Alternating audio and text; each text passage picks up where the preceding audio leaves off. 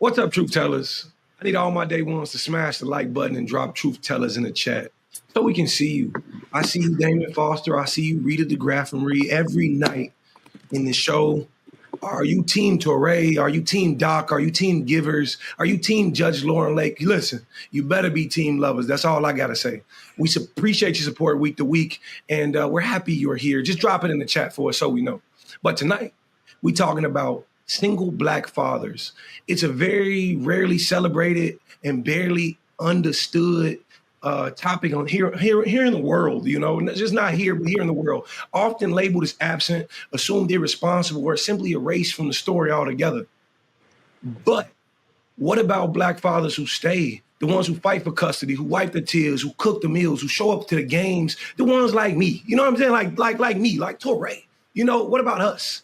And still get labeled deadbeat. Tonight on Truth Talks, we're breaking the silence and busting the myths around what it really means to be a Black father in America. So tap in, family, hit the subscribe button on Truth Talks Live and buckle up, because this is Truth Talks.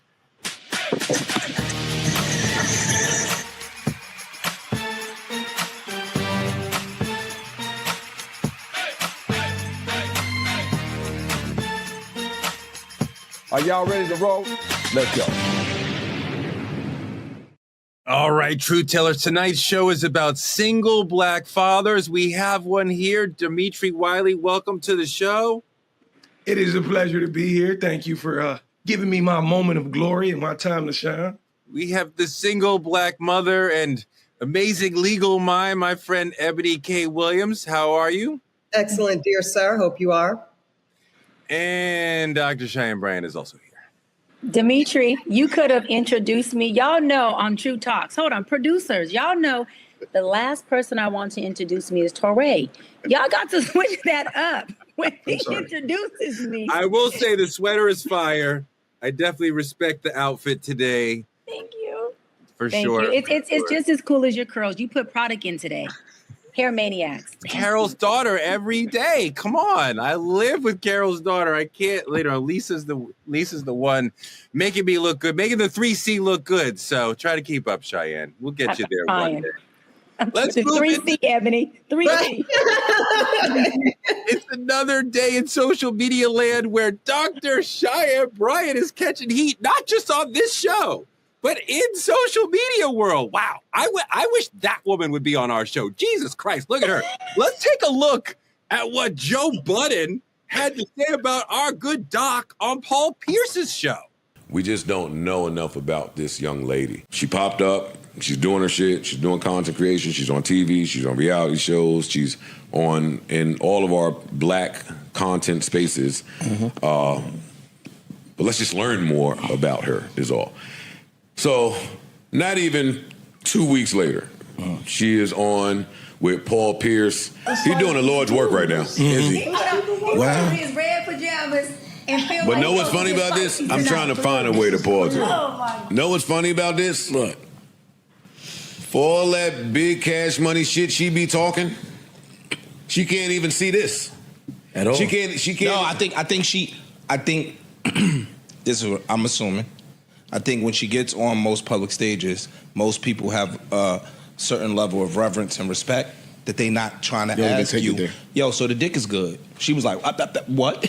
She didn't think he was going to say no shit like that. Most people not going, if Melissa goes on somebody's show, they don't be like, man, when last time you got some good dick? Like, people not going to ask you that. So I think he blindsided her with some of the questions that he's asking, and she wasn't prepared for it. Yeah, just on some hood booger shit. Yeah. She wasn't prepared for it. I think that what happened, because I would want to question her, like, what did you think was going to happen when you went on Paul Pierce's fucking podcast? That's called The Truth. No, that's not what I'm saying. Yeah, exactly. I think that what she thought was going to happen, and this is just my thinking. Assumption. I think that it would have gone, by way of her thinking, it would have gone the same way that her being on Cam Newton's show and Nick Cannon's show.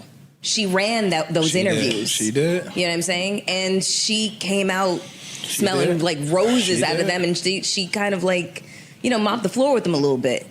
Doc, wait, what happened on Paul Pierce's show that they're talking about? What did he ask you? So, first of all, I mopped the floor with Paul Pierce as well in that show. I give information that I want to give to create the narrative that I want to create. And for folks like Joe Budden, and I'm not going to say Paul, because Paul knew what was going on because he was present with me on set on his show, Truth After Dark. And so point of what I'm saying is for Joe Budden and these folks who are journalists and are so good at what they do, they should understand that a person who is a good interviewee is going to control their narrative. And so what happened on the show was Paul and I, and Azar, his other beautiful co-host, we were having an interview, and I was, in his words, therapizing them. I had already kind of, gave them their coaching and their therapizing in his words. And then he said, Doc, I want to now ask you some questions. He asked me, who are you dating? Are you single? That's all he asked. Then I said, yeah, I'm single, but I'm dating. And there's been a young guy who I have, I use the word spin the block with for the past 5 years, meaning I come in when I want to date him and deal with him. And when I don't, I don't. And I said, it's very transparent. And he understands that. He knows that. This is not no manipulative tactic of he thinks there's going to be something more. He wants marriage. He wants commitment. He knows I don't want that at this moment. And we have our own agreement. And this is what we do. It's our dynamic. So Paul says, so what you're saying is he's pretty much your work. And the dick must be good. Yes. He asked you that question, is the D good? He asked that question.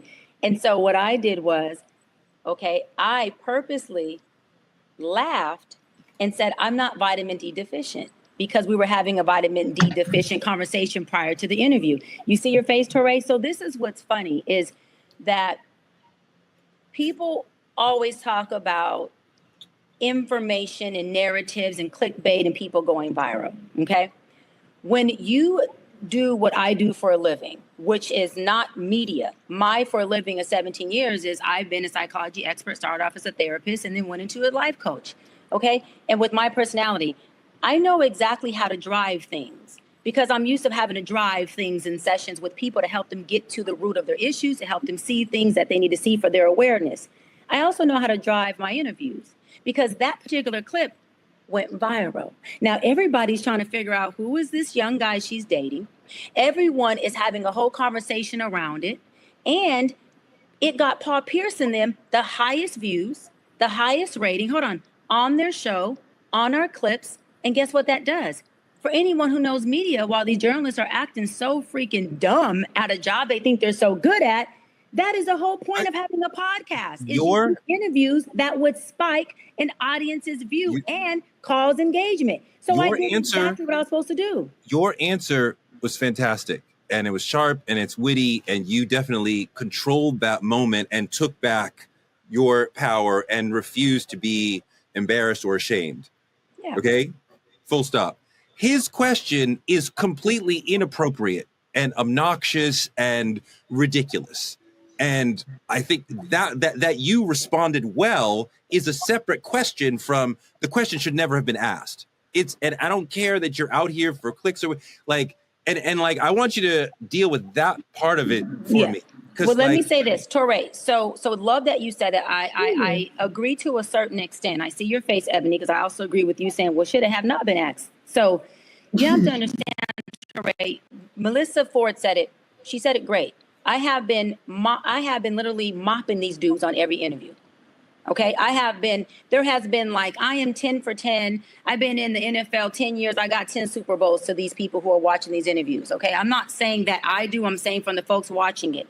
So, Torre, when I go on your platform, do you not understand that your job is to try to come for me because I have mopped everybody else? So you want to be the first pioneer to say, Doc didn't mop me.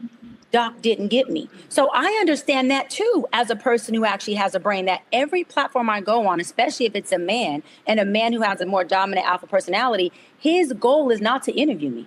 His goal is to see if he can crack the doc. I understand that. So you think myself and my team are not setting up interviews with strong personality alpha men like Paul Pierce, Nick Cannon, Cam Newton, thinking that one, I can't handle it. Two, I'm not going to mop their ass as well. And three, that I'm not going to give pertinent information that I know is going to tee them up to do what I want it to do.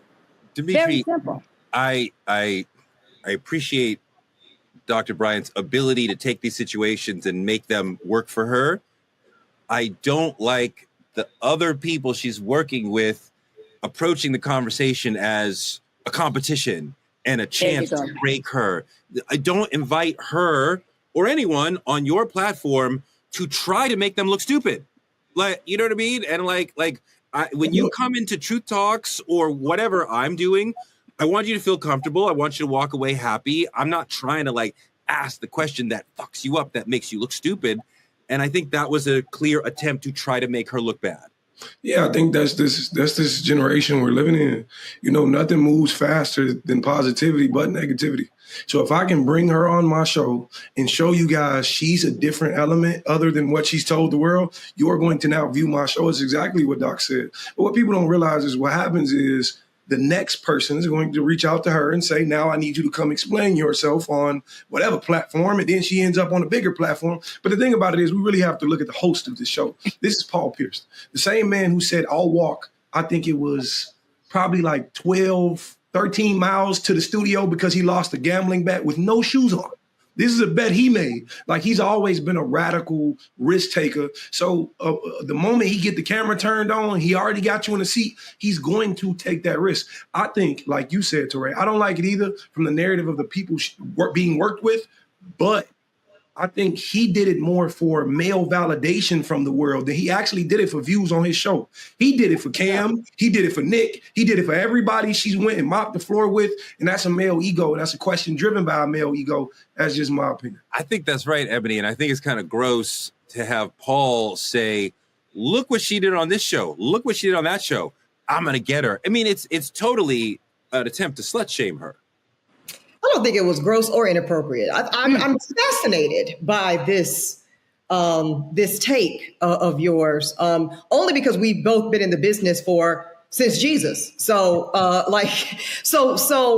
while it's very good natured and well intended, this is the dynamic, Touré. So let me speak as a fellow woman who particular subsets of our male peers find particularly triggering. Okay.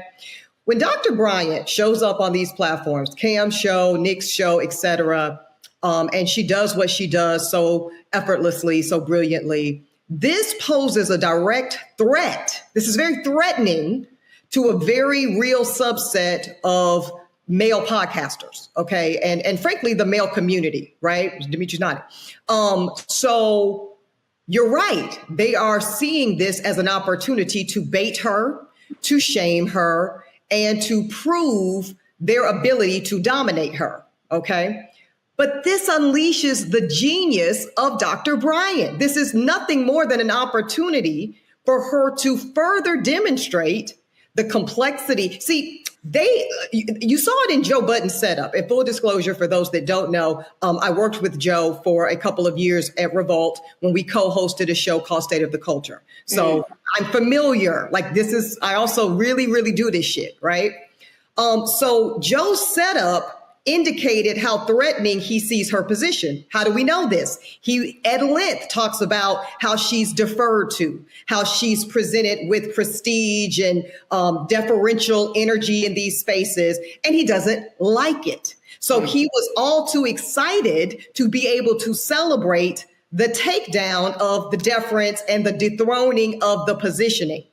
This is wonderful, Touré. Don't cry for us, Argentina. This is a great thing for women like Dr. Bryant and myself, because it only serves to further prove, to further demonstrate why we really are the bitches we say we are. Okay. Hold on, sis. Hold on. Rewind. Say that one more time. I'm listening. It only goes to further show you that we really are that bitch we say we are. That happened to me many times on the Breakfast Club. Who lovely. Those are my friend, colleague friendly. But what you say, envy.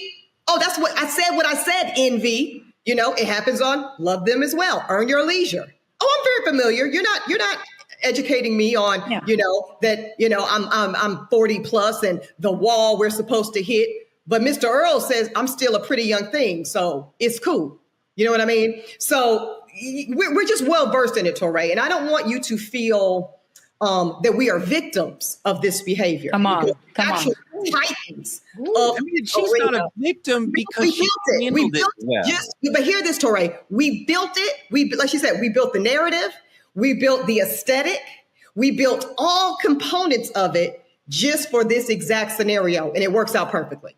No, I mean that she's able to handle a moment of disrespect and make it work for her and have a great answer doesn't solve the problem that the brother. I disagree with your premise. I disagree fundamentally, Torre, with your premise. It is not a disrespect. It is an opportunity to unleash the mastery. See, we don't get to totally flex. Am I right, Dr. Bryant? Come on. The complete scope of the mastery when you leave us just being the smart lawyer. When you leave us just being the smart psychologist. No, baby. You must see the mastery of what we are truly creating. And we only get to do that when the likes of the good Joe Buddens of the world, the good Paul Pierces of the world, the good Stephen A. Smiths of the world, Charlemagne, give us these opportunities. You did an epic interview with me on my podcast about 2 years ago when you were going into your baby journey.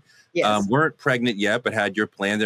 I didn't ask you anything that I wouldn't say in front of my mother or my grandmother, but we had a deep taste. That's your taste, Torre. But you did ask some things if we really want to. Let's just go there because, we family now. There were some things that you your digs just aren't dick digs. Let's be clear. You don't do dick digs, Torre. Yeah, you don't do dick digs, Torre. Yeah. But you do digs. You digged on my politics and how I can have tolerance for people that are not particularly left of center. Yeah, you do digs. You just don't do dick digs. So your respectability looks different than some of these. There you go. Yeah, and I want to add to that because she made a point, Torre. You're trying to compare yourself, potatoes to apples, right? Yourself, who is obviously a family man. You've been married, I've heard you say 20 plus years. You have all your kids with your beautiful wife, right? You respect and honor your wife and woman. You respect and honor your kids. So your mindset and where you're coming from is very different. You're trying to compare what someone of your caliber would do versus someone who has multiple baby mamas, who is a man who preys on women, who is a man who needs to make sure he's with a woman who is less than, a woman who would allow him to dominate her, because then that means he has no ego if he can't. A man who holds only his value on being high value, but a low fucking functioning at its fucking peak. A man who cannot regulate his emotion. A man who can sit only with a woman who he feels he can actually sound, not be like he's educated, but is not at all. A woman who he feels like if I get Dr. Bryant on here and I can even get a little edge on her, then maybe that'll make me look like the dude I've been trying to say I am with this NBA contract. But without that contract, I'm just a regular ass nigga in the hood who's low functioning, a baby daddy, broken homes, broken families, horrible decisions. And now I get to sit across a woman who has 10 for 10 Super Bowls and attempt to see if I can make one touchdown on her. That is a low budget, low functioning ass man. You cannot even compare yourself to them, Torre. And I don't like you 99% of the time. But there's no comparison. I absolutely agree with you guys. I think, Tori, we sometimes we viewing it from our angle. Like it was said here recently, it's the difference between journalism and actual podcasting. You can give anybody a mic. Anybody with an opinion can get a mic, but that doesn't make them correct. That doesn't mean they're fishing for the information the correct way. But what I do know is that we ask, is Dr. Bryant on fire or is she in fire? But fire and fire just makes more fire. She can be both. Both can be true at the same time. And both can be genuine for her to flourish at the same time. I wouldn't see it as a negative perspective, more so, but what I do view so negatively is the idea that men in our space tend to feed on women falling short, tend to feed on tearing women down. And it's amazing me, but I think Dr. Bryant summed it up the best I've heard it. You have a weak man who's weak in his own mind, and he's viewing it to the idea that, okay, if there's a powerful woman, I'm now intimidated. He wants Dr. Bryant's voice. He wants that power in the culture. And that's something Paul Pierce has never had. If you looked at the actual root of Paul Pierce and Joe Budden, you look at these people and see who they compared themselves to. Joe Budden hate Drake for the exact same reason. He's not. It's envy. Envy lives in these people and it flourishes them and pushes them in these spaces. Last thing, do you think that it would be possible in the current world that we live in, misogyny and all that, for Doc to just answer the question, yes?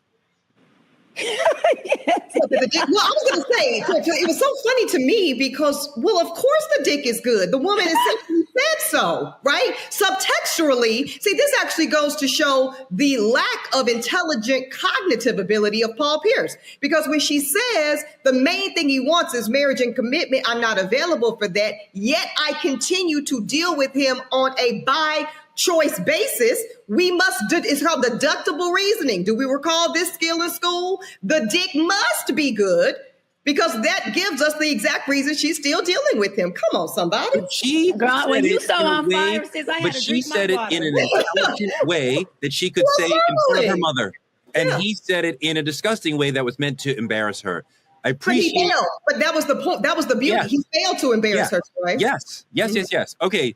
This has been beautiful. All the Dr. Bryant fans will be thrilled to hear. Say what you said again. Repeat that end part. That was so good. Say it one more time. I don't remember what I said, but we're moving on. All the Dr. Bryant fans will be thrilled to hear that Truth Talks is going to do a special one-on-one with our favorite doc so you can see why she's so coveted, the interview skills that she has, controlling the narrative.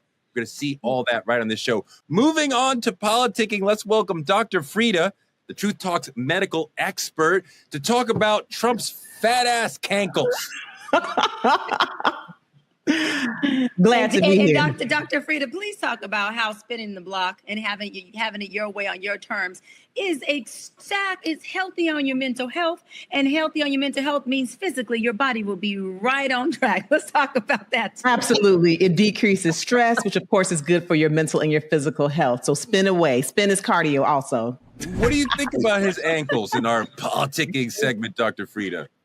His ankles are on my nerves. His ankles are fat, but they're not fat enough to cover up these Epstein files, these Medicaid cuts. It's a distraction, but it's a real condition. So we'll talk about it. Let Frita ring. Look, the right had all the smoke for Joe Biden's gait and his wobbly walk when he was the president. But the commander in chief has revealed that he's got swollen, fat ass, discolored ankles from a disease called chronic venous insufficiency. He's got all sorts of insufficiencies in that body. Somebody get this man some Epsom salt before them ankles get deported. Oh my God. That's disgusting. This is just freaking huge. Oh my God. Okay. Look, Dr. Frita, Trump clowned Biden for being too old to lead. And now he's out here announcing mystery conditions. He's obese. He is 79 years old. What is specifically going on with these disgusting, gigantic ankles? Okay, so he does have chronic venous insufficiency. Nice long word. I've had a lot of my subscribers ask me, oh, is it serious? Is it going to take him out? The answer is no. It's no. It's not life-threatening. It is a condition. But with this administration, I'm always looking at what is being covered because there has been a lack of transparency. So chronic venous insufficiency just means that in your veins, you have certain valves that help to keep the blood pumping towards your heart. And if those valves stop working well, then blood can pool in your legs and your ankles. You can get some bruising, some discoloration, some swelling, which is what he has.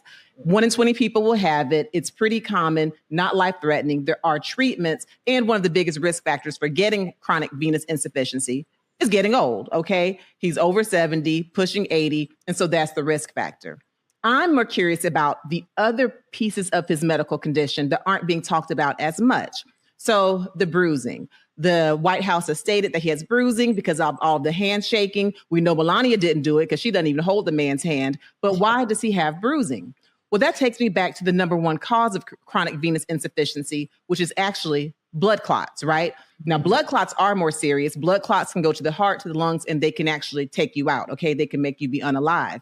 But no one has mentioned him having blood clots, but we do know by this administration, it would be possible for him to have something more serious, but then show us the thing that still makes him look pretty strong, pretty young. But bottom line, chronic insufficiency, very treatable, pretty common. It won't take him out, but there's something else I believe going on that's not being really disclosed. Not to mention, this is a big, hey, look over there for a condition that's really not that serious. You think there's something else, that this is a distraction from what the real medical problem is? I absolutely do. And of course, I don't know this for sure, but just based on numbers, again, blood clots are the number one cause of chronic venous insufficiency. If you have blood clots, then you'll need to take blood thinners, right? Things like warfarin, Coumadin. If you're taking blood thinners, now that would make your hands really susceptible to being bruised, even with light touch. So again, they're all coming out. The press secretary, he's got chronic venous insufficiency, and she's saying it like it's just some big life-threatening deal, when honestly, it's a common condition that happens to older people, and it's just something in the headlines to keep us distracted from the things I believe that really count. But Dr. Frita, is he at increased risk for stroke or heart attack based on? Well, not just based on chronic venous insufficiency alone, but based on his age. We know that heart disease is the #1 killer in the United States. And we know that him having his weight, being obese, living with obesity, puts him at risk for heart disease, for strokes, for many other things. And we've seen in the past when he's had a major condition, i.e. COVID, how he got out of that hospital. He had low oxygen, could barely walk, could barely breathe, but he stood up and showed all of this strength. And he talked about Joe Biden from needing a shot in his behind. Yes, he's at the hugest risk for those things, heart attacks and strokes. And he has admitted to having high cholesterol, which is a huge risk factor for clogging the arteries. So I believe he shared an honest, pretty benign, pretty non-exciting condition with the long fancy name, just to cover up some things that are really going on, not only in politics, but possibly with his health. What's the chance that he just drops dead in the next couple of years? It's low. It's low. It's low based on chronic venous insufficiency. Plus, my grandma said it's the evil people who live the longest. So I'm sorry, Teray. He's going to be alive for a long time. Ebony, you think about like his policies are blocking working class elders from getting therapy for the same condition. So you're like, is he actually fit to lead the nation when he lacks the empathy to care for people who have the same problem that he has? Well, we know he's unfit in every way. So that's not a serious question, right? Of course, he's horrific. And, you know, I heard the same old tale as well, Dr. Frita. You know, it's the nasty, mean ass, trifling MFers that just can't get away from him. So yeah, that's right. That's why you're gonna live forever, Cheyenne. What you want to say? Oh, look, Torre. Got him, girl! Got him, girl! Hopefully, yeah, I'm with you. Got him, girl! Hopefully, at that age, things will still be spinning the block and working, because you know what? To Ebony's point, the good D will have you living a long, good life. So I think I'm in good company. I think I'm in damn good. Shut up, Dimitri. Shut up, Dimitri. That's the thing. That's the thing. And that's how you double down on the D. And that's how you double down on the D, by the way. There you go. There you go. Yes, especially for never mind. Especially for the men who think. Damn, I'm on the floor tonight, Dimitri. Hey, what do you got? I'm saying the men who think they're throwing the D, and obviously the only thing that they have to offer is that money that's paying for the P. And if they didn't have that money, they wouldn't have none of the P. I hope y'all get my little semantics. No, I don't understand. Well, you don't, Torre, because you're a married man. Go ahead, Dimitri. You got one bed. Go ahead, Dimitri. Go ahead, Dimitri. Mute her mic. In-house. Go ahead, Dimitri. No, listen. These men wish they had what you had in-house, Torre. They got outhouse and they paying for it. That is the Joe Buddens, the Paul Pierces, the Cam Newtons. These are the dudes who, if they didn't have their money, they wouldn't have their honey. If we're going to call it what it is, we're going to call it what it is, Torre. You in the position they want. The Trump. What? Fat ass ankles. Trump as well. If Trump didn't have the money, he wouldn't have the honey. All right. Thank you, Dr. Frita, for coming through. We love you. We appreciate you. We're going to have you back on the show soon. Thank you. Moving on to the main topic, family. Tonight, we're going to have a conversation that's long overdue when we talk about Black fatherhood. For some people, the first image that comes up is not love. It's absence. It's abandonment. It's broken promises. But the truth is that narrative was never the whole story. It was never the true story. For a lot of Black men, that was not their story at all. There are single Black fathers out here raising full households, doing hair, helping with homework, bath time, holding down 2 jobs, and still being treated like ghosts in their own kids' lives. So tonight, we're going to pull back the curtain and get into it, talking about the lies that shape the myth, the systems that hold it in place, and the men who are breaking it down every day just by showing up and asking the realest question: are Black fathers, especially single Black fathers, finally being seen, or are they still being punished for a story that was never theirs to begin with? Let's take a look at the stereotypical deadbeat dad video. Ms. Lovett, you are in court today to prove Mr. Hilton is the biological father of your 2-month-old daughter, Winter. You claim that Mr. Hilton has denied your daughter since birth and has also abandoned your other 4 children.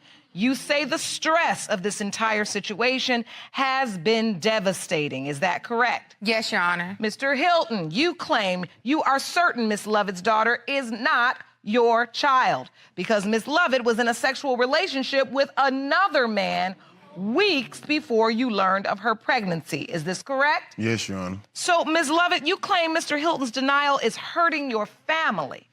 Explain. He's a deadbeat dad. He doesn't take care of the kids at all. He does nothing. I've lost everything. I lost my house, my car. I'm financially, I'm just destroyed because he just want to handle his responsibilities. Mr. Hilton, those are strong allegations. I'm not finna take a baby that's not mine. I love my kids, Your Honor. I got 4 other kids, but, Your Honor, I'm not finna do that. That's impossible. It's really sad to hear about the situations. I don't know who's right, who's telling the truth, or who's on point, but it's just really sad, that whole situation. Dimitri, according to CDC studies, Black fathers are statistically more involved in their children's daily lives than white fathers and Latino fathers. We are not necessarily living in the house, but we are present in the daily activities that our children are part of. We are full, active fathers for the most part. Take a look at this video about that. Out of all men that have children, Black men find the most happiness in fatherhood. Come on, man. Talk about it. For one. And the second thing that they found out is that Black men that have children actually experience a higher level of happiness than Black men without children. That's the part that I found really, really interesting because there's no research on parenting, especially with Black people, right? Absolutely. And it's even less with Black men. So Facts. It's one of those things where it's like, yo, like, this is not a fatherhood pod, but we damn sure come on here and we will knock against any stereotype about Black fathers because we know it's not true. Dimitri, what do you think about what he said about children making your life better as a father? I wholeheartedly agree, like entirely. Like I got a 5-year-old son. His name's Logan. My son has been everything to me. Actually, very transparent, which I've always been via social media. Last night, this is right hand of God. Last night, in my dream, I don't know if you guys ever experienced something like this, but I was pouring down. Right, I was leaking in a dream, and reason being because my son asked me a question, and I remember it so vividly about getting older. Why can't I do this? I'm in 1st grade now. And my mind went of how he's been there for me since being a baby and how I cherish just him being a child so much that growing older makes me sad. And to the degree that he's been everything for me. He's been a sole source of happiness. And I think there's this rhetoric that Black fathers get. Like you said, what's the statistic is? We get attached this negative connotation because it's all people choose to talk about when we're actually very present and very happy. Now, I'll admit, me and my child's mother has always been on a 50-50 custody schedule, one that I created, one that I enforced. I remember originally fighting to go to court saying, because she moved on with a new man and I was okay with it. But I originally remember mentioning to her that I'd like to go to court about it to make sure there's nothing that can take me away from my son. I was the first to change a diaper. I was the first to wash him up. I was the first. We get this narrative that we don't want to be parents when I think that's absolutely false. And my son is my sole source of my happiness. So I love it. Having children definitely fills you up. You know, you feel responsible. You feel like, you know, just you're doing the right thing in the world. And, you know, it never goes, you know, the thing you're talking about, my child is going away to college in a month. And I have moments when I'm like, they're not ready. And I'm like kind of freaking out, like we're going to leave them in this place and they don't change their clothes on a day-to-day basis. They don't, you know, brush their teeth on a day-to-day basis. They only shower when we kind of twist their arm to do. And I'm going to leave you in a place and they're going to college in Rochester, is 5-hour drive away. I'm going to leave you. You don't like what happens with, you know, and then there are days when you're like, they are ready. And I'm so excited, you know? And so you go back. So I don't actually cry because I am socialized as a man in America to not do that. But I feel the sadness of if I could cry because like, oh my God, like this. But then, you know, the kid is taller than me. So it's like, you know, it's time for you to go. Torre, we need a session with just you and I to unpack why you feel like you cannot express emotion through tears. Because you've said that multiple times on this show. You book a session with me this week because we got to unpack that, brother. That's going to take more than 2 talks. We need a session, baby. We need a session. No, I know. It's like something I know, and I couldn't even. I want to talk about, but I could think about why. I don't know. I don't even know. Torre, I have a question for you. When you hear Dimitri say how. And I want to applaud you, Dimitri, because you are doing something that you're doing a lot. But one thing that I really like, this is the lawyer in me now talking. I like the proactive effort and intentionality on securing a joint custody order on the front end. Because oftentimes by the time a custody order is put in place, for the sake of both co-parents having access to the child, it is on the back end of something very contentious. Something very horrible has happened to lead to that outcome. And I believe, and I know a lot of people don't like courts involved at all in parenting, but sometimes they can be essential tools to ensure access to the child is unfettered, despite the up and down feelings of either the mother or the father, right?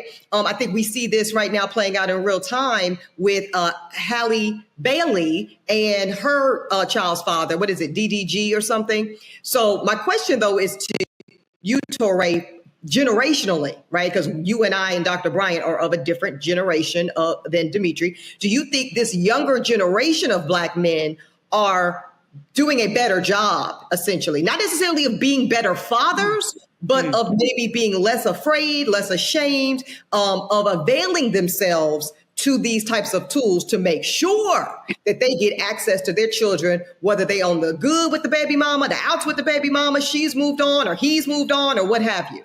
I feel like I see more dads who very much want to be part of the child's life no matter what. I think the generation above me, they were 50-50 if they would stick around for the kid. My generation and below, it's like, I got to be there for my kid. I love my kids, even if I'm not in the same house. I think Dimitri's story is more typical of his generation of fathers that like, whatever it takes, I'm going to do that. But Dimitri, like last night in the chat, one of our super fans, Real Estate ABC, said men want to feel wanted as fathers versus feeling needed. I wonder how you feel about that. I definitely feel needed, don't really care about the wanted. It's like whatever I can do to take care of you, that's what I'm here to do. What do you feel about that? Yeah, I don't feel I have a need to be wanted. It's not about being wanted. For me, my child, sometimes I actively hear him saying, "Oh, Daddy, I don't want to leave." He's such a dad's boy. Like, he's always been that way. It's just who he is by nature.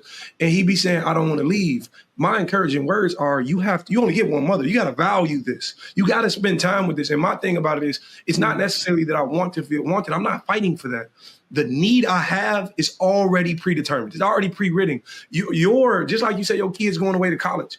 That is what your need supplies. Your need pushes them to a direction you didn't get to. My son's not a junior because I didn't feel like my name was strong enough to give him when he was born. So I gave him one of his own. So now I'm looking at this kid who's in the most developmental stages of his life.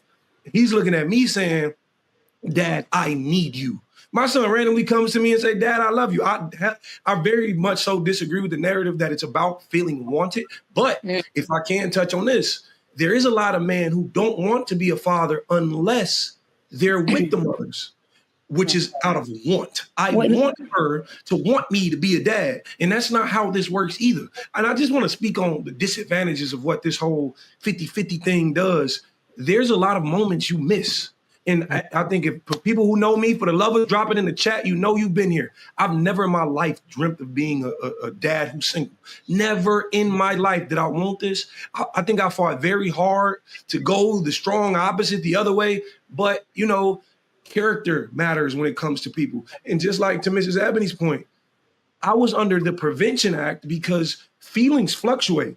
You know what I'm saying? How you feel now and where you want to be now may not always be where you want to be. So I encourage all men to take the preventative maintenance route in terms of making sure there's nothing anybody can do to come in between you and the connection you got with your child. And I want to ask Demetri really quick, what do you think the disadvantages are of not living in the house with your child, like having that separate home parental dynamic? Just things I've seen. Well, it makes it harder to parent. It makes it harder to be the enforcer or be the person who says you're going to follow these rules. Because the moment he leaves my house, he goes out and do. I got a call from his mother the other day. He's starting to talk back. And I'm like, I haven't seen that side of this kid. He doesn't do that over here.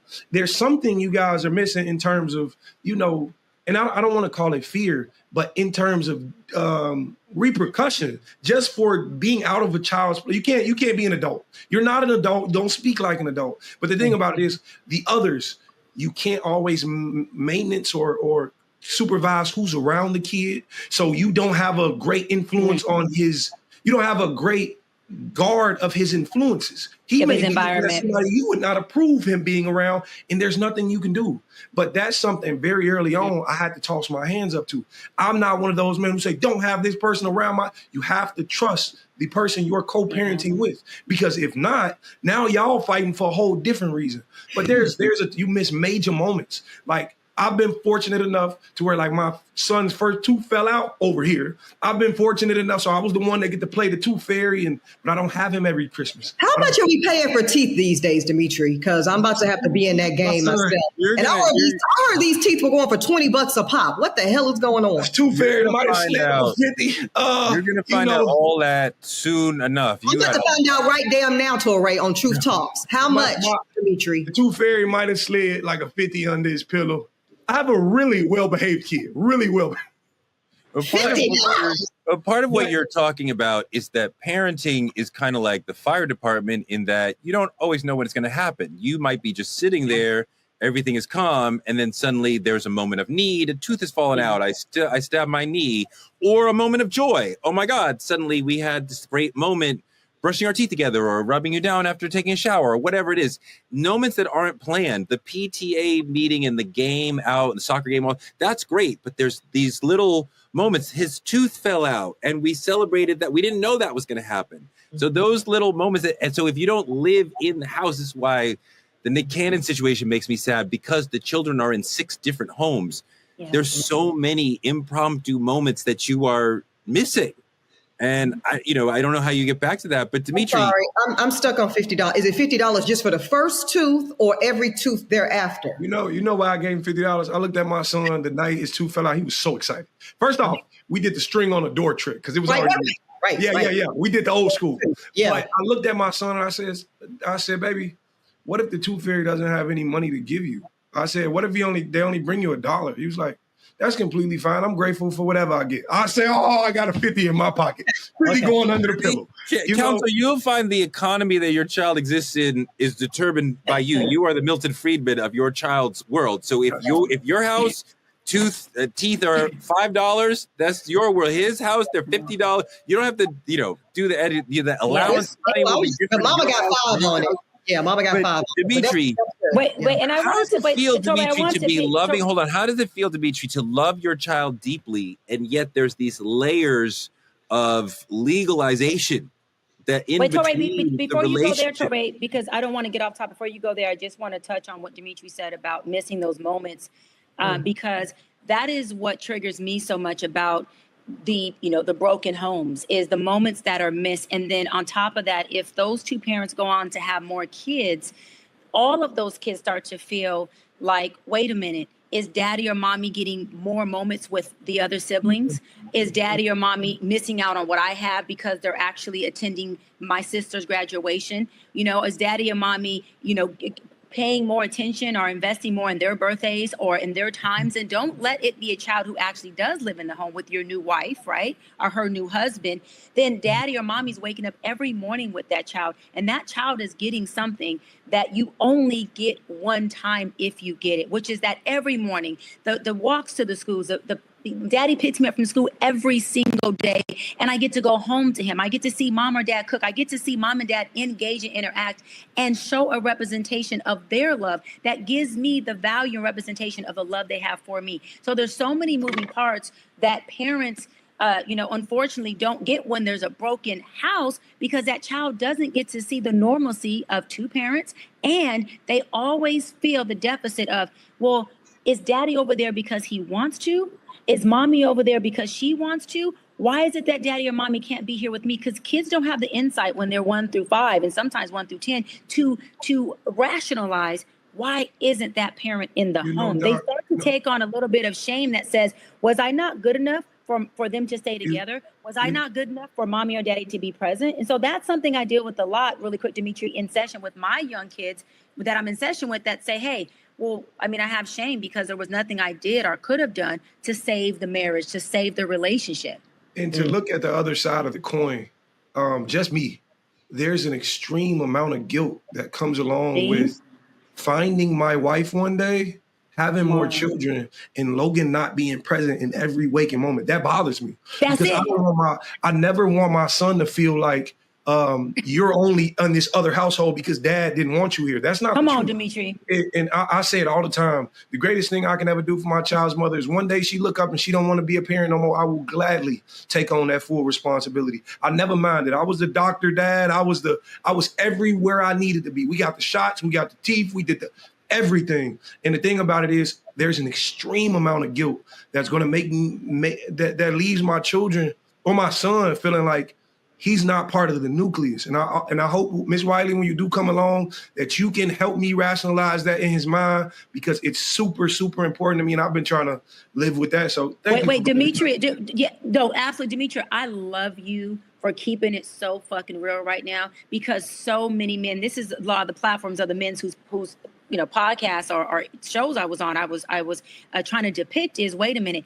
Yeah, you can be the best father you want to be, but it does not take the place of being the father in the home, period. There's guilt and there's shame that child clothes himself with, that they're going to have to process at some point. If they don't unpack that is going to be a huge factor, a huge dysfunctional factor in their relationships with themselves as identity and with the person they decide to be in relationship with. And I love that you said that, Dimitri, that as a father, you said, will my son look or feel the shame of, am I not good enough to be the nucleus of daddy's family over there?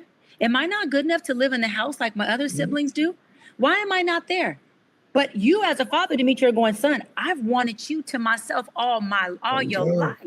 I wanted to assume responsibility of you all your life, but I got to share you with your other parent who's not in this house.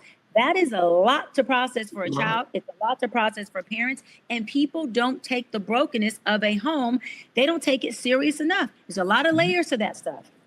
Dimitri, how does it feel to love your child through the lens of, well, we have this court-ordered, lawyered up situation that sort of pieces together what we can and can't do? How does that come into the situation for you?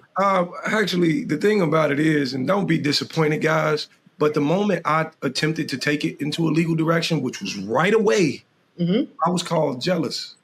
I was told I'm only doing this out of emotion I have toward this specific situation, which was completely false. I didn't want your new love saying, okay, baby, let's move to Buckfuck, Tennessee. And now I'm stuck in Chicago looking like I have no rights to my son. I'm not going to be able to live with that. So it never happened. But I do want to commend his mother, because she's a great mother. In terms of just being a mother, she's an incredible mother. Our relationship didn't work, but she's always been a great mom. And the thing about it is, I'm okay with that. If we don't have to get technical or legal or whatever the case is, or I don't have to love through the legal lens as Torrey have depicted it, I'm okay with that. As long as we can sit down at the table and say, this is what needs to happen. I have my receipts. I have my school. I have everything needed to when we go to court. The trips we've been on, the passports we've gotten, every single thing. And I advocate for every single parent. Do so. Keep up with what you're doing. Hold on one second, Tori. I just want to speak to the custody piece. because I think it's very important that what Dimitri is saying right now, that I hear him saying, is that oftentimes we as a society, and certainly we as a Black community, I think we kind of boogeyman custody agreements and child support, right? In the same way that often we boogeyman what other legal document? Prenuptial agreements. And I think, and I'm not saying this to say that everybody should go this route, but I think that if we destigmatize what Dimitri has done and not make it because he's jealous or because he's controlling or because he's trying to do this and hurt her, what if it's just a brother that says, let's mitigate the risk? Let's take it off the table that there will be any conflict as it relates to our joint and mutual continued access to our beloved child that we share together. And here's the shocker, y'all. It doesn't always have to be adversarial. Sometimes it could be your lawyer. The best case scenarios, and I used to always try to start from this place, there are things called consent decrees of custody, where Dimitri and the child's mother can sit in agreement without adversarial lawyers and just say, hey, we can go through the court-appointed magistrate or mediator, and we can agree Monday, Wednesday, Sunday, Tuesday, Thursday, this, and this, and this.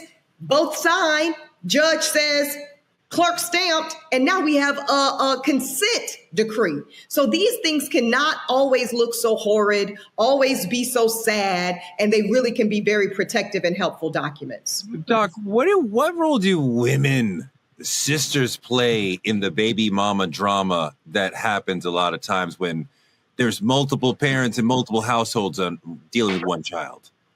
You mean what role do they play in choosing that circumstance, or what role do they play in it being effective and healthy? I mean, I'm not sure that baby mama drama, whatever that means in different households, is healthy and effective and efficacious for the people in the situation. Yeah. Well, let me say this. If the baby mama is causing the drama by holding the child and puppeting them, right, as bait to say, hey, if you don't do this, then you don't get to see your child. That is a mother who is doing a complete disservice to her child. That is a mom who does not have her child's best interest at heart, because at the nucleus of this co-parenting relationship, it should be a conversation around what's best for this child. And let me put my feelings to the side and not let my feelings cause problems. That's where you say, listen, I have to surrender to the reality that I am a single mama, that I am co-parenting. And if I don't have the proper tools, let me get it by seeking wise counsel. Let me get it by going to therapy, getting a coach, or talking to a couple who I see co-parents in a healthy way, and how are they blending this? And I think this is what's really important. A lot of people want to break up and have kids and co-parent, and they don't want to accept that we are still a family. I don't care how far y'all go into marrying somebody else, how far you want to go into other countries. You have a child together. You are still a family at the end of the day. You should also be concerned with the well-being of that mother, and that mother should be concerned about the well-being of that father. These two people have to remember that this child is becoming a product of their environment. That child is in learned behavior of watching the mama in her well-being and watching the father in his well-being. Your main focus should be, how can I be a contributor to the peace and the well-being of my co-parent partner as much as I can, because my partner has to parent my child. So if there's anything I can do, Touré, if it was you I was co-parenting with, I'd be asking you if there's anything I can do. I would never. But if so, I would say, if there's anything I can do to help you be a better father, please tag me in, because it's not about me caring about you. I care about my child who's going to be in your presence. And I want to make sure you are healthy, that environment is healthy. And this is also, this may be off topic, but I'm going to say why I don't date men with kids, because I would support him supporting the mother. And I don't want to be with a man who's supporting another woman outside of me. But let me say it again. I would support that man supporting her, because she is raising your child. If she needs help with bills, if she needs a car so they're not having transportation issues, baby, you got to help her out. And I am not going to be the woman who is sharing you, which I call polyamorous, because you got a family over there. Now you're building a family over here. I'm not into polyamorous. So I'm going to have to say no go. But you should make sure that you are taking care of the well-being of the person you're parenting with, because it affects the child. Touré, can I ask you, what is the biggest struggle you've seen or experienced, like as a Black father, whether it was emotionally, financially, court systems? I don't know the entire situation, but what about you? When your child comes to you and says that they're trans, that's a big deal. And you're like, how do I deal with this? How do I understand this? How do I support you? Mm-hmm. How do I put aside whatever personal feelings I have and say, what do you need? And how do you see the world? And how do I get behind you and support you, even though I don't fully understand? That was really hard. And it's an ongoing hard thing to deal with. And yet, you go into the world and you protect your kid. I mean, when they had an incoming student forum at the college, it's like 500, incoming families talking to the school. And, I'm like, is it safe in front of 500? Is it safe for trans kids? Is there a community of LGBTQ folks who will be here to stand with my child as they, develop through college and this journey? And they were like, yes. Okay. And I'm like, that becomes a central concern for me. So, you're dealing with this major shift, a new name, a new perspective on the world, new sort of clothes that you want to wear, as you're also moving toward leaving the home. So what are you going to do in this journey after you've left and you don't see us every day? I don't know. You're going to come back for Christmas and look unrecognizable? I don't know. So all of this. Are you going to come back to Christmas, period? Right? Because there's a whole generation right now of parents of young adult and grown-ass adult children that are recognizing the consequences of their good and challenged choices while parenting that are now affecting what the adult relationship looks like. And I don't think there's enough time spent, period, but certainly within Black parenting households talking about this, that the vast majority of God is good and life is long, which we pray for, you'll be in relationship with your two children, Touré, much longer with them as adults than you will be in relationship to them as child adult. And how everything that in right, that's remarkable, but so simple when we think about it. Same with you, same with me. Absolutely. Liberty and I will be adult relationship companions for far longer than I will just be raising her as the adult to her child. So everything I do from now to 18 and some change, that's going to dictate whether she even does come home for those holiday breaks. Absolutely. It's very complicated to be a single Black parent. We talked a lot yesterday about some of the demonization that single Black mothers get. What about single Black fathers, the whole symbol of it? Do we get more grace, less grace than single Black mothers get? Oh, we get no grace. You mean as terms of man being a single father himself? Yep. I just want to make sure I'm understanding. Okay, no, that's a different question. Sorry, I interpreted a different question. But before I answer that, I just want to say thank you to you, Touré, and congratulations to you because thank you for being a man who does not force the ideologies of himself onto his child. That's a very hard thing to do, and that's something our generation suffers from tremendously. Anytime you don't see your child pan out for what you want them to be, you end up disappointed, and then you want to be less of a dad. So kudos to you for that. But I actually believe that when people see good single fathers, I'm gonna say good single fathers, I'm saying bad ones. I think I've experienced an overinflation of goodness than I deserve. I'm a dad, and I love being a dad. It is. I've always dreamt of being a dad, but I don't deserve the credibility the world is giving me. I don't want to be bright because everything else is dull. I don't want that. I don't want you to call me a good man because half of the world appears not to be. I'm a good dad. Okay, great for being a good dad. Tell me Happy Father's Day. That's it. I don't need the praise of saying, oh, and I absolutely hate it because we praise when men are good dads, but when you see a good single mother, that's what she's supposed to do. That's not what she's supposed to do. That's not how the world should work. So me personally, I've seen it from an end to where I'm praised for being I recently received a book of me and Logan's memories in cartoon form from somebody. And it's beautiful. It's a beautiful sentiment, and I'm grateful. But don't over idealize what we got going on because that guy didn't show up. I'm grateful, but that's just me. Me personally, I think women have a lot harder have it a lot harder when they are forced to be single mothers. It's because you're seen as the exception, right, Dimitri? When we see good fathers, especially good single fathers, we see it as a unicorn. It's seen as exceptional. We are not accustomed to seeing it, sadly. Not saying that is the case, but that's the perception. Versus when you see a good single mother, that is the standard and that is the expectation. And it is only when a woman deviates from that standard of being a good single mother that we then demonize and punish her. And it's a really good awareness point, Dimitri, for you to name the hypocrisy. So I appreciate it. When I see a single mother, my thought is mom never leaves. Mom is the planet on which you exist. Dads shouldn't leave, but sometimes they do. They might. But mom, no matter what, she's going to be there for you. I want to bring in another father, though. Friend of the show, Gerald Griggs, been on the show a bunch of times. He's a new father again. How old is your new baby? I have a 14-month-old and I have a 17-year-old. Amazing. Wow, you started back. You was out and they pulled you back in. Oh my God. Yes. Earl wasn't done. He wasn't done. You're a father for the second time. You're also in the court system a lot as an attorney. You see a lot of black men dealing with a lot of traumatic situations. What do you think is the perception these days of black fathers in our community and in the mainstream America? Well, let's just push back on something. Our report recently came out that 70% of African-American fathers are in their children's lives. So let's push back on this bad black father image that's been put out in the media. Let's also push back on the fact that, a single black father is the exception for being, exceptional and not the rule.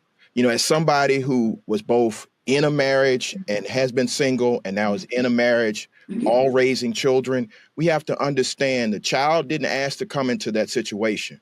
But once the marriage breaks up or the relationship breaks up, your only duty as a father is to that child. Yeah. To the child you brought into this world. And as a child of a parent that did divorce, my parents did divorce at 16, I saw both ends of it. And I saw a father who fought to be in my life and a mother who was open and accommodating to be in my life. But many of my friends who are fathers have to fight exceptionally hard. And that's one of the reasons why I don't handle domestic relations cases, because I do see the bias inherently built into the system to disproportionately take black fathers out of the home. So what I just want to add to this conversation is there are thousands upon thousands of good black fathers. And Dimitri, I push back on that a little bit. You should accept that, because the media is trying to put a narrative out there that black parents, black fathers are absent when we are the most present, regardless of our relationship status. So I just think that we just have to be a little bit more nuanced in this conversation, because there are thousands upon thousands of black fathers who are out there trying to be in their child's life, trying to be there, trying to, co-parent. And co-parenting is a chore. It's a job. I love the fact that, my ex-wife and I have grown to the point where we can co-parent. And now my current wife is a great friends of my ex-wife, which is weird, but that happened. But you got to work at it. It's a job. And, anybody that comes into that situation has to understand, I love my 17-year-old. That's my heart. But it was not easy to get to the point we are right now. Gerald, whether the ex-wife and the new wife are good friends. Gerald, the ex-wife and the new wife are friends. Wait, hold on. The ex-wife and the new wife are friends. Hold on. That is what I'm talking about that polyamorous. Okay. That's not polyamory. I'm not polyamorous. Gerald knows I love polyamory. I love one woman. One woman. Yes. It's not polyamory. Polyamory is intentional. Yes, it is. Look, Yes, Gerald, it is. when we talk about the reasons why some black men are not showing up for their children, we talked about the 70% who do, but there's 30% who don't. That's lower than other races, but there's still a number of black men who aren't. But we're talking about mass incarceration. We're talking about a world of difficult job prospects for a lot of black men, high unemployment rates, mental health issues, being shut out of parenting decisions, the way that the court system, as you alluded, is biased toward women. How many black fathers are not really absent, but sort of pushed away by the systems that we have in place? I think a majority of them are, and this is coming from my own personal experience. I don't have a lot of deadbeat black father friends. Like, I look for them. I'm looking for that guy who I just don't want to be a part of my child's life. And I don't see many of them. And the ones that I do see, I see a host of brothers coming around him and saying, hey, bro, regardless of how you feel about your ex or whatever happened, That child did not ask to be here, and you wouldn't want to be in a situation like that where you are, removed from your parents' life because your parents can't get along, or there's some issue that happened way before you were born, or even as you were being born, or something else that has nothing to do with that. Don't put that on the child. The child deserves to have a healthy relationship with both of their parents, because it takes two parents, even for the single parents, and I've been there, it takes two parents to raise a child, and we have to get back to that particular ethos. Now, a lot of us are making decisions, and I respect the decision of anybody to be a single parent, but we have to remember parenting is difficult, and it helps to have two people engaged in productive parenting. It does, but I don't want to erase the many amazing, especially single Black moms who are doing amazing work and raising great children. I mean, Ebony, I don't want to leave the notion of, well, you got to have two parents in the home. It's great if you can have two parents in the home, but there are amazing homes where there's only one parent in the home. Well, I was going to say, I respect, Gerald's perspective, and he's entitled to it. But obviously I disagree, which is why I chose voluntarily to bring a child knowingly, not circumstantial and something happened. No. I made every intention around this because I wholeheartedly believe in my competence and my God-given favored ability to adequately raise my daughter alone as one parent, and this is why it's a conversation. Doc, how do we get to women who make emotional space for men getting to a place where they really see the men emotionally rather than just being like, man up, pay up, shut up? I think holding space and understanding that a man being able to be in contact with his emotions is healthy. Vulnerability is also a strength. And I think learning to find a man being able to share his emotions with you as an act of him honoring you, as an act of him respecting you and saying that I trust you. And so you have become a refuge and home for me. I think women need to find that attractive and understand that that is also part of a man's love language, being able to, share his emotions with you and not have to just stop at the superficialness of, we can be physical together, which is an external exchange, but we cannot be internally in a relationship. I think the internal space of emotional exchange is where the intimacy comes in at, and that in turn makes for a better relationship. Ebony, do you see the whole toxicness of the situation when you got to go to court and there's bias against men in the court system? And does some of that push good men out and make them want to walk away from the whole parenting situation because they feel like visitors in their kids' lives, or they feel unwanted? Well, I'll go further. As somebody who briefly practiced family law, and I do agree with my co-counsel here, it is the most egregious practice, and I've defended murderers and sex offenders, and the family law was the worst. Some of them literally run out of money. Can we just talk shop here? It costs oftentimes to have a full-on custody battle and go toe-to-toe and have a hearing and a modification hearing and a modification hearing on top of that.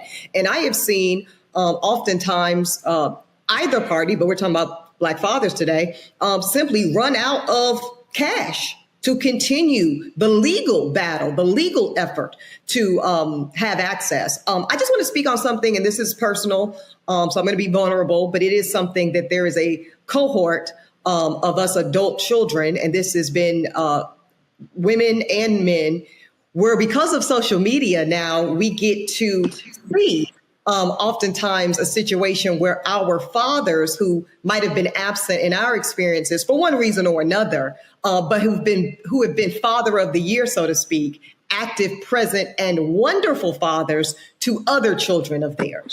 And that is a real specific pain point, right? When you see a man, in our case is a Black man, who is a wonderful father, but wasn't that wonderful father to you?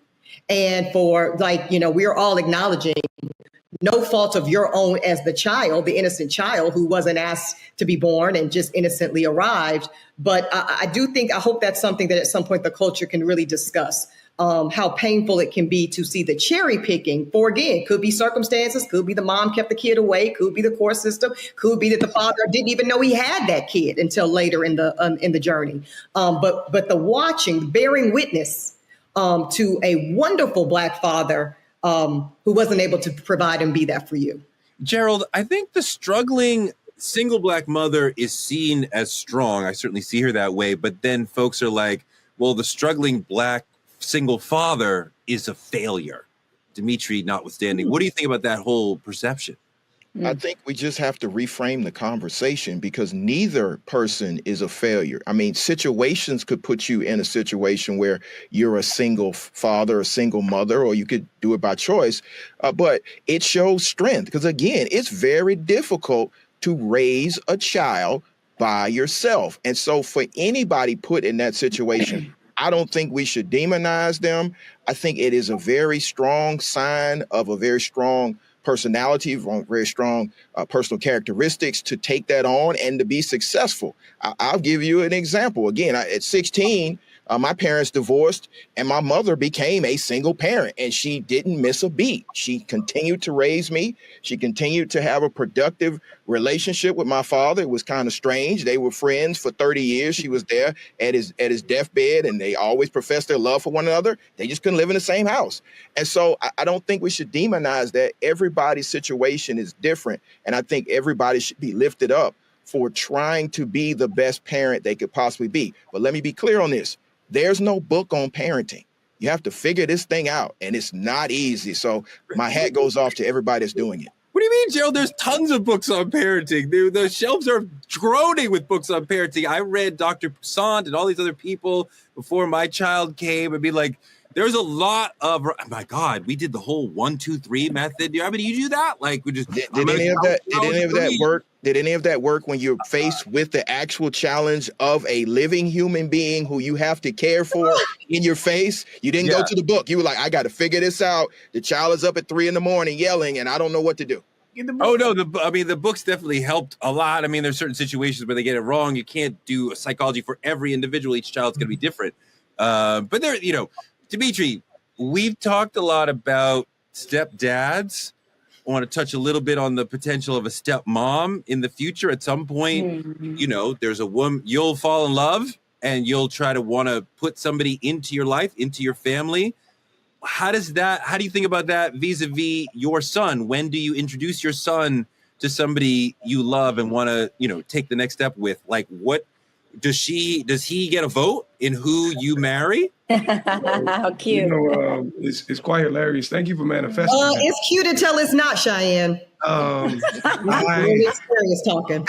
I've been their vote. That's just me. Go ahead, though. I've been manifesting Mrs. Wiley for a very, very long time, as we all know. But for me, my child hasn't met anybody I've been dating. And he's 5 years old now, and I took a year off of dating when a split happens, a year and a half sometime. Then I started dating, maybe he was 3.5. He's 5 now and he still hasn't met anybody. But for me, his say matters more than anybody's. When I say it's not I need you to like this person, but how do you feel about this person? And I'm going to ask him in basic expression, like, I'm very in tune with my emotions, so I aim for my child to be, and we go over this and we study these things. And how does this person make you feel? Are you comfortable with coming to them and communicating with them? And when that time comes, it'll absolutely be a woman I deem worthy of that exact honor to me, because it's an honor in my right. But the thing about it is, it's God's timing. And once the time is right, then I'll absolutely introduce those two people, and we go from there. Dimitri, there's a stepdad in your situation, right? Another man who's occasionally, right, in charge of like disciplining or like talking to your son, right, and telling him what's right, what's wrong. Gerald, do you have that? Yes, I do. And that's a very difficult situation. So similar to Dimitri, when I went through my divorce, I wasn't dating for about a year or so.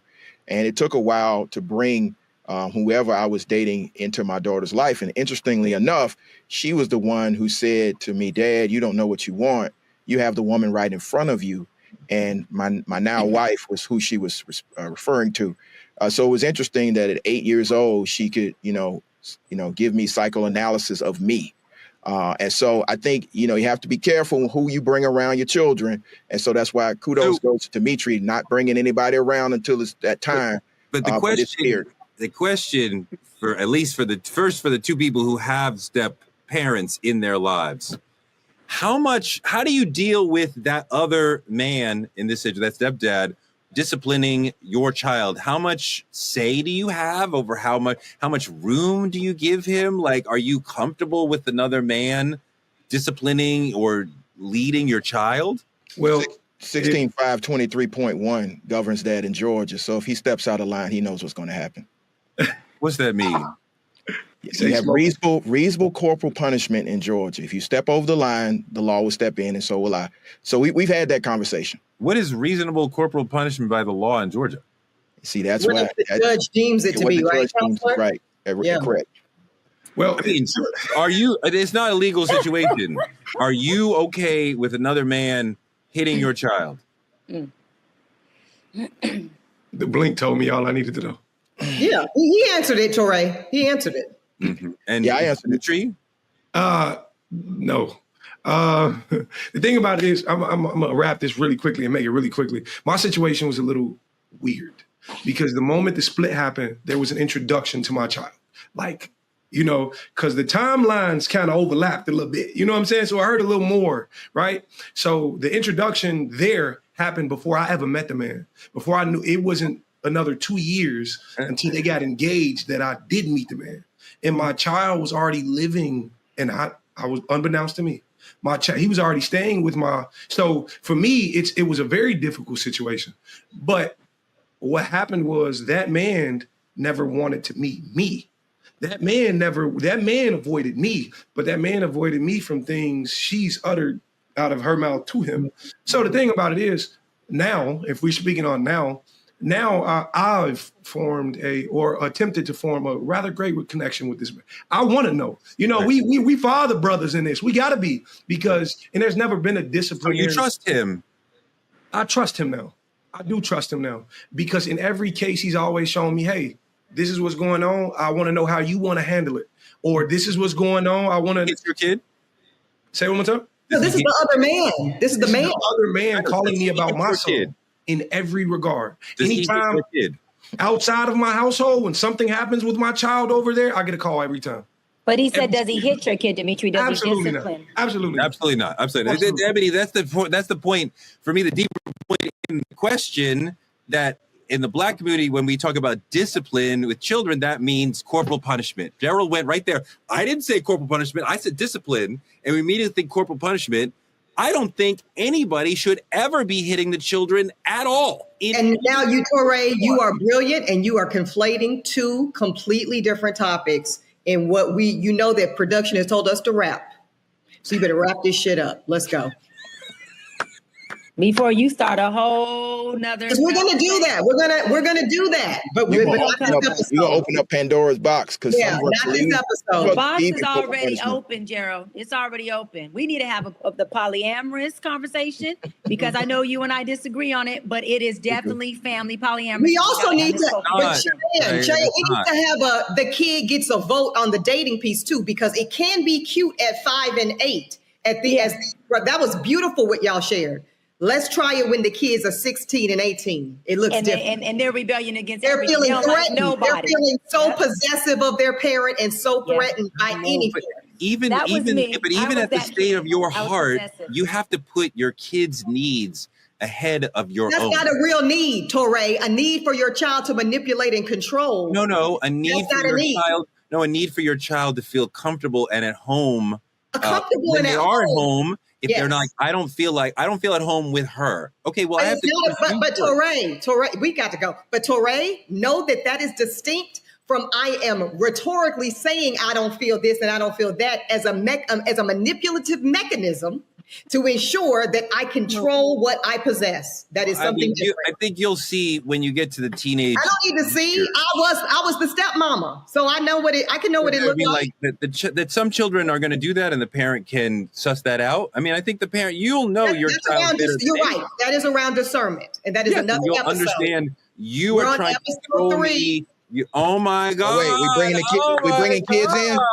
Look, we're bringing in the children. Hi, honey. How are you? Hi, baby. Hey, man, what's going on? Hi, Logan. How's Daddy doing as a dad? Is he like good daddy or is he okay? Awesome. Good daddy. There you go. I got a question for the fellas though. Before we wrap, last question. Yeah. What do you guys feel as man, we should be encouraging like the world and the people we deal with as far as the women or our guy friends? What do you want them to know about being a Black dad? Man, love on your kids, man. Love on your kids. I wish my father was here so I could hug him and kiss him. Love on your kids. You mean physically, like physically love on your children. Yes. Yeah, no, for sure. That. I think there's definitely been Black men in previous generations who were lacking on the touching. Yes. Hug them, kiss them, like put your hand in their hair, like let them like feel you, like this is beautiful. This is beautiful. Yes, Get a little extra, but it's beautiful. They should feel your love, but they should also hear it. They need to hear, I love you. You are great. You know what they also need to hear? I'm sorry. They need to hear daddy say, I made a mistake, because they want to know that you are humble enough and fallible enough to recognize when you make mistakes. So the dad, like my dad, who would never apologize, and it confused me over the long term, like I'll be like, I'm sorry, I messed up. My kids will be like, you don't say it fast enough. Like as fast as I can muster it emotionally, I will say, I'm sorry, I made a mistake. And they need to hear that, and they value hearing that. So if it was me, I'm gonna tell them, you got to remember that they too are human. Like I know as kids, our parents used to tell us, you're just a kid, your opinion doesn't matter. Or sometimes I learn a lot from this little dude. I learn a lot. And their imagination takes limits off of things we often put limitations to. I've realized there's nothing I can't do if he thinks I could do it. You become stronger in the mind when you feel like your kid, like you said, love on them, but also realize you're loving a human who's going to one day have just as strong viewpoints and opinions on the world as you do today. So keep loving on them. Dimitri, let me tell you, Dimitri, you and Logan got my ovaries jumping. My ovaries are like, go. But what do you guys feel? I didn't ask. Miss Ebony and Dr. Brown, what do you guys feel that Black fathers need to hear? I think you need to hear more of, we see you. We do not believe narratives that tell us otherwise. You don't need to be perfect to be valued. And even if a Black single mother like myself doesn't have an active Black father in my home, know that it is honored and revered, the valuation of Black fathers in our Black community. And it can't be overstated. Hey, can you call the nanny and tell her to bring in your kid? No, I'm saving liberties on camera appearances for something that I can monetize, but thank you. That's right. I'm just fucking with Torre, Cheyenne, because that's what about you, Dr. Bryant? I just think that I think that y'all need to be heard. I think heard without a rebuttal. I think that's it. I don't think there's much to it, but to be heard, no rebuttal. Let you guys' issues be your issues. Not bring in our issues, hold space for you. And then at the end say, okay, did you want me to listen? Or did you want me to help you and assist you in doing something? I think that's all y'all need. I think y'all don't need a whole lot of lip and conversation. I think y'all over that shit. You need to be heard and supported. And what we doing, baby? And where we going? I am so glad that Logan joined us on the show today. That was awesome. He can come back anytime.